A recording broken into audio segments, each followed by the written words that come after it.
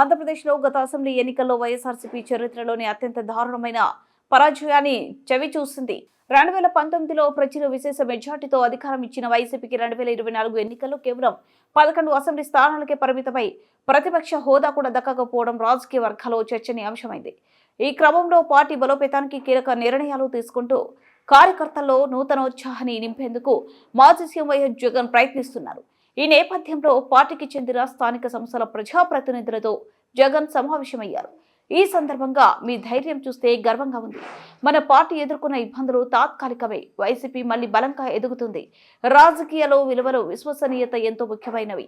ప్రజలు మనపై పెట్టుకున్న నమ్మకాన్ని నిలబెట్టుకోవడానికి మనం ఇదే దారిలో నడవాలి. వైసీపీ ఎప్పటికీ ప్రజా సంక్షేమం కోసమే పనిచేస్తే పార్టీ కష్టకాలంలో కూడా మీ తడబాటు లేని నిబద్ధత చూసి గర్వపడుతున్నా అని కార్యకర్తలను ఉద్దేశించి జగన్ అన్నారు.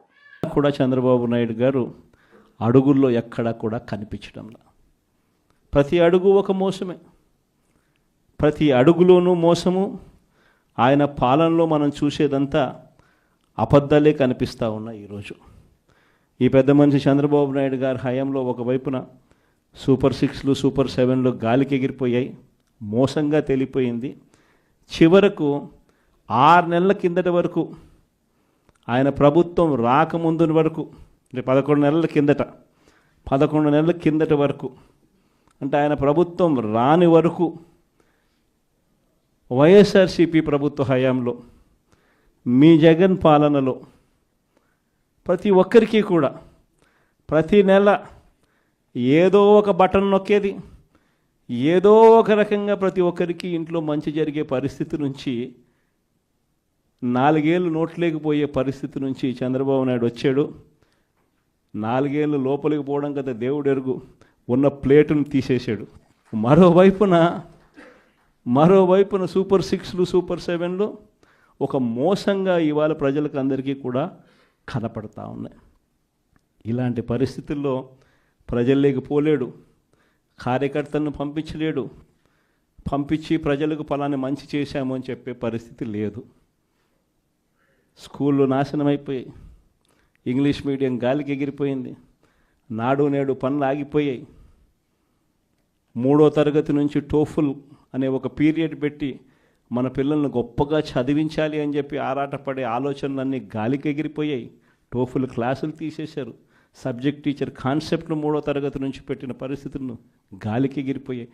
8వ తరగతి పిల్లలకు ప్రతి సంవత్సరం ట్యాబులు వచ్చేటివి, గాలికి ఎగిరిపోయాయి. మరోవైపు వైద్యం చూస్తామని అంటే ఆరోగ్యశ్రీ బిల్లుల పరిస్థితి చూస్తే నెట్వర్క్ హాస్పిటల్స్కు ఈ 11 నెలల కాలంలో మామూలుగా ఆరోగ్యశ్రీకి నెలకు 300 కోట్లు ఖర్చు అవుతుంది. 11 నెలలకు ఈ పెద్ద మనిషి ఈ నెట్వర్క్ హాస్పిటల్స్కి పెట్టిన బకాయిలు ఎంతో తెలుసా? 3,500 కోట్లు.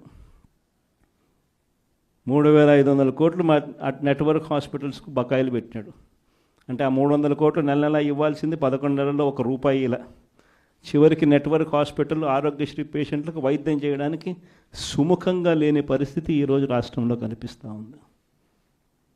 104, 108 అంబులెన్సుల గురించి నేను చెప్పాల్సిన పనుల, గవర్నమెంట్ హాస్పిటల్ గురించి అంతకన్నా చెప్పాల్సిన పనుల, ఇక వ్యవసాయం గురించి మీ అందరికీ తెలిసింది.